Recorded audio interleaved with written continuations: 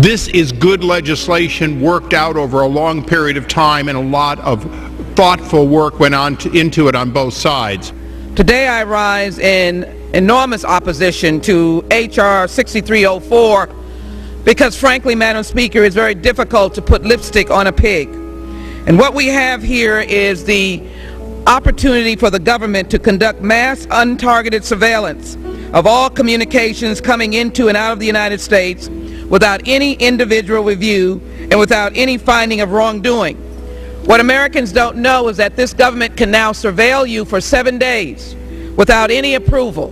And then if the court denies the application, while the application is being appealed from the denial, you can be surveilled for 60 days. This is not constitutional protections. Madam Speaker, as some say on radio, now let's hear the rest of the story. After the arguments just made on this floor, this is actually a great day. We and the American people have been waiting for this since 12:01 a.m. on February 6th, when the Protect America Act expired. During the intervening time, we've actually been unnecessarily vulnerable to those who would do us harm in this era of worldwide terrorism. Because what this bill does today is reaffirm what we have been saying for the last several years. That the due process of the Constitution, the Fourth Amendment, is alive and well and protected in this bill. This government can now surveil you for 7 days. And any rhetoric to the contrary is simply not true. This bill undermines the ability of federal courts to review the legality of domestic surveillance programs. It's fear-mongering. It provides de facto retroactive immunity to telecom companies. For any of the U.S. citizens who believe that their phones are going to be unceremoniously and unjudiciously tapped or listened to is simply wrong. You can be surveilled for 60 days. And this bill reaffirms the importance of that Fourth Amendment. Unfortunately, the negotiators who brought this bill to the floor bought into the flawed assumptions of the Bush administration that because we live in a dangerous world, we must now redefine the Fourth Amendment, and thus the fundamental relationship between the government and its people.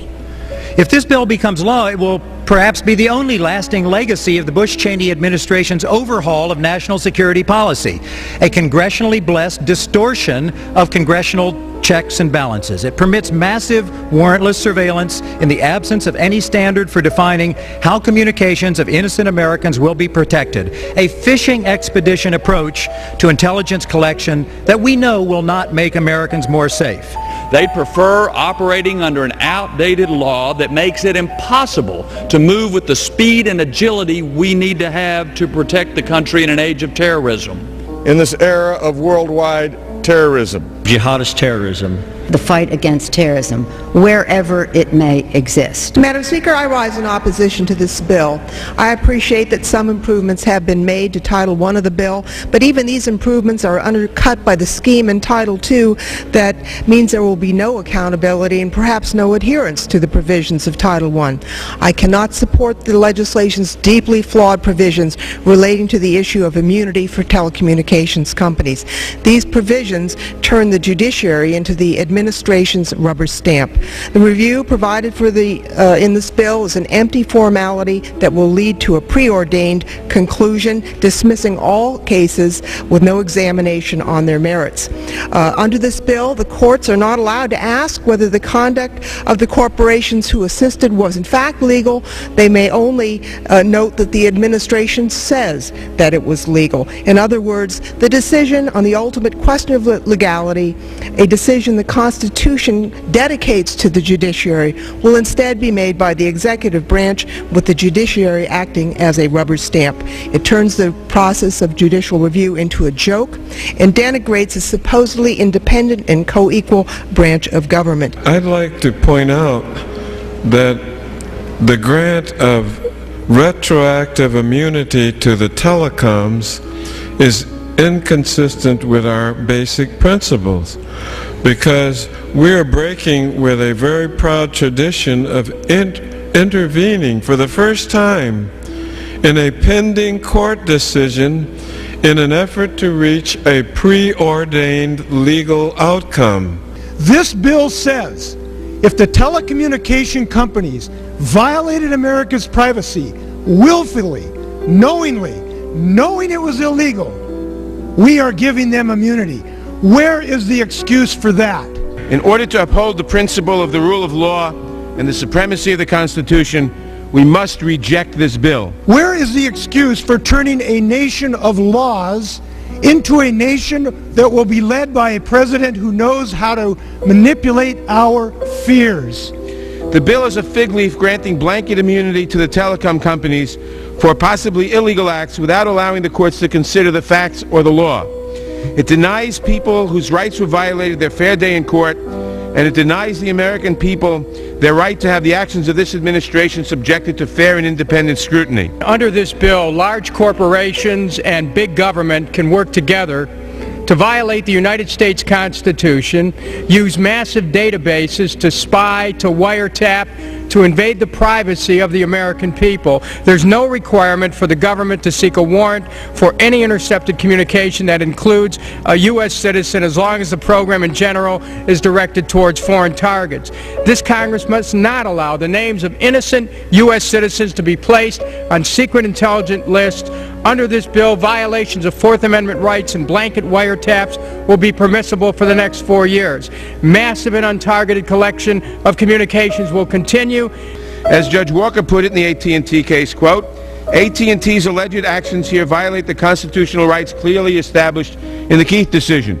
Moreover, because the very action in question has previously been held unlawful, AT&T cannot seriously contend that a reasonable entity in its position could have believed that the alleged domestic dragnet was legal. Close quote. Those companies have not lived up to a standard expected by the American people. They come out of this, I don't think today is any cause for celebration for them. They come out of this with a taint. Furthermore, it allows the type of surveillance to be applied to all communications entering and exiting the United States. These blanket wiretaps make it impossible to know whose calls are being intercepted by the National Security Agency. Let's stand up for the Fourth Amendment. The bill actually permits the government to perform mass, untargeted surveillance of any and all conversations believed to be coming into and out of the United States without any individualized finding and without a requirement that wrongdoing is believed to be involved at all. You can be surveilled for 60 days. First and foremost, the proposal before us ensures that we will continue to have the ability to monitor the conversations of Al-Qaeda. Others, including myself, had their privacy invaded even though they posed absolutely no threat to national security. America's at war. We have to do all we can to protect our nation from those who seek to harm this country, our communities, and our families. You know, America cannot afford to have a pre-9/11 mentality when it comes to our national security. And those on this side have accused us of having a pre-9/11 mentality. Let me remind them that July 4th, 1776 was pre-9/11. And heaven help us, the day that those values are shucked aside at the service of fear, reject this bill. Let's remember when this country was founded, Benjamin Franklin said, those who would give up their essential liberties to achieve a measure of security deserve neither. Gentleman's time is Vote expired. against it. But the yeas are 293, the nays are 129. The bill is passed. Without objection, a motion to reconsider is laid upon a table.